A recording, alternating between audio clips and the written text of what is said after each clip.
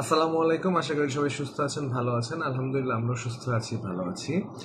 তো বর্তমানে সোশ্যাল মিডিয়াতে একটা পোস্ট খুব বেশি দেখা যাচ্ছে, যেখানে একজন ফ্রেন্ড আরেকজন ফ্রেন্ডকে কিছু মেসেজ দিয়েছে এবং সেখানে ও বলতেছে যে সে ছেলে হয়ে প্রেগন্যান্সি টেস্ট করেছিল মজা করে, কিন্তু তার পজিটিভ আসছে। এটা নিয়ে একটা হাসি। সো এই নিয়ে কথাবার্তা বলি। আসলে যত হাসাহাসির বিষয়, যে এই টেস্টটা করেছে তার জন্য হয়তো বা জিনিসটা এতটা হাসাহাসি নাও হতে পারে, তার লাইফ নিয়েও টানাটানি পড়ে যেতে পারে।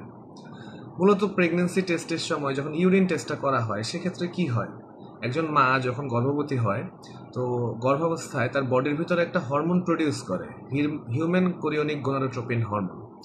এই হরমোনটা আস্তে আস্তে বৃদ্ধি পায় এবং যার ফলে সেটা যখন ইউরিনে ডিটেক্ট হয়, তখনই এইটাকে ইউরিন স্ট্রিপের মাধ্যমে প্রেগন্যান্সি টেস্ট বলা হয়ে থাকে।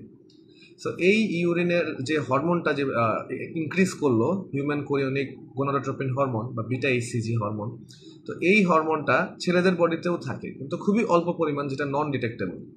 একদমই বলতে গেলে ইউরিনে ডিটেক্ট করার মতোই না কোনো স্ট্রিপ টেস্টের মাধ্যমে।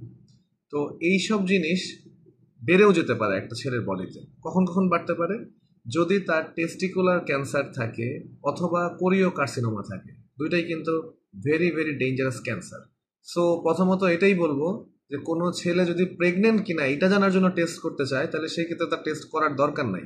আর যদি সে টেস্ট করেই ফেলে এবং করার পর যদি পজিটিভ আসে, তাহলে ব্যাড লাক, সে আসলে প্রেগনেন্ট না, সে আসলে কোনো একটা কার্সিনোমা রিলেটেডের সাথে সম্পৃক্ততা রয়েছে।